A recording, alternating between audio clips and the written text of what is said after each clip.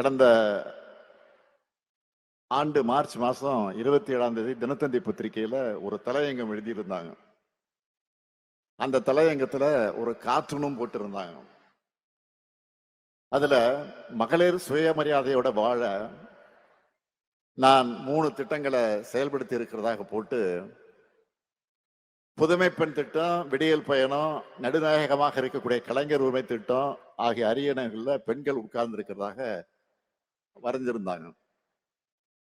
அதோட மகளிர் சமுதாயத்தை கை தூக்கி விடுவதற்காக இந்த திட்டங்கள் காலாகாலத்திற்கு பெயர் சொல்லும் திட்டங்களாக இருக்குன்னு பாராட்டி எழுதியிருந்தாங்க.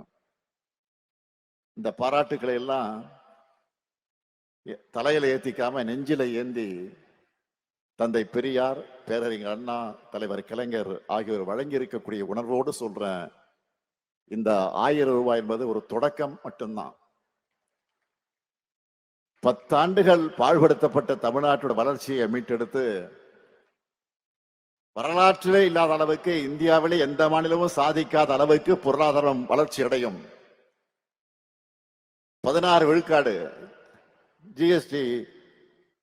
ஜிஎஸ்டிபி வளர்ச்சியும் நம்ம திராவிட மாடல் அரசு சாத்தியப்படுத்தி இருக்கு.